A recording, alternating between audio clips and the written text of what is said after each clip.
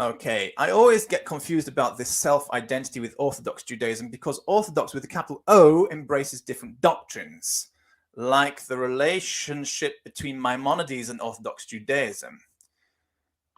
And same confusing with Orthodox Christianity, recommending a different word than Orthodox. Well, let's say traditional then.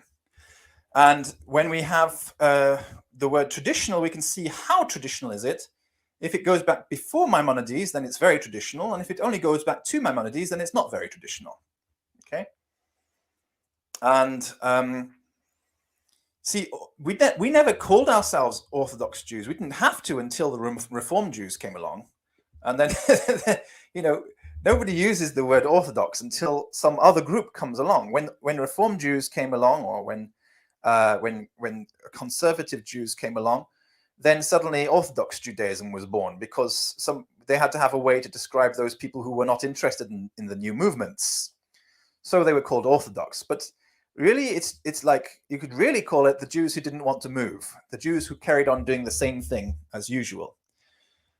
Sometimes what happens is that there's somebody who's doing something completely halakhic and within the boundaries of Judaism, and so that becomes a movement in Judaism, like Maimonides. He was doing something within all of the legal boundaries of Judaism, and so it wasn't a new sect. It's still under those people who are obeying Jewish law. So that approach was left alone. But then along comes somebody like the Reform Jews, who have a new system of doing something which is against the Jewish law, and the brakes go on, and everybody else says, hold on, no, wait a second. No, that's very, very different to what Maimonides was doing. Maimonides, you can tolerate him. Even many people respect him.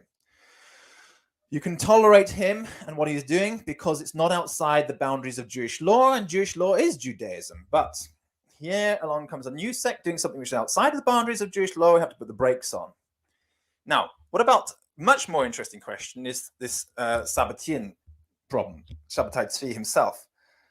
He got a cherem on him, but then he also wrote a letter explaining to everybody, stop calling me the Messiah. I'm not saying that I'm the Messiah. And he was not excommunicated or called an apostate officially, although, Gershom Scholem likes to present him as if he's apostate. He wasn't, actually. He wasn't an apostate from Judaism.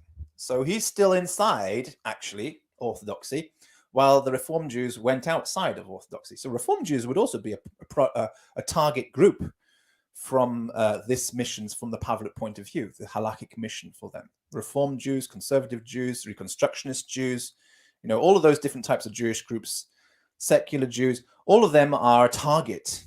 But the one group which is not a target from this project's point of view are the halakhically observant Orthodox Jewish community. You don't target them. They're doing the right thing, so we're not out to convert them. But we are out to convert all the others.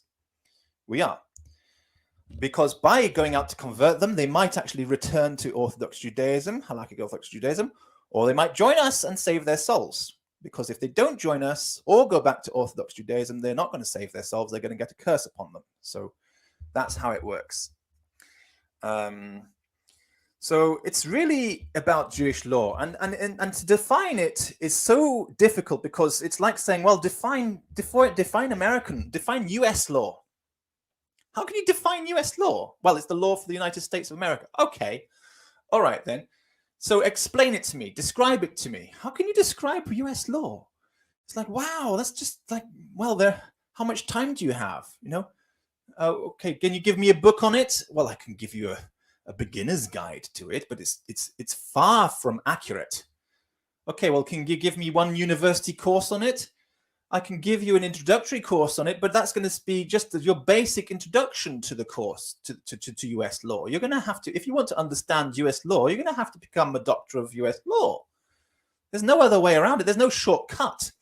So it's likewise the same really with Judaism. There's no, it's a legal system, There's no shortcut. You can get a beginner's guide, which isn't really going to give you any kind of insight. And then you can probably do a basic 101 course, which is still going to leave you in the dark on a lot of things and going to give you a very basic overview. And only when you become a Jewish lawyer, then you'll understand what Jewish law is, and then you'll understand what Judaism is.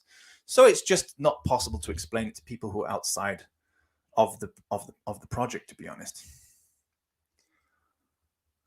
And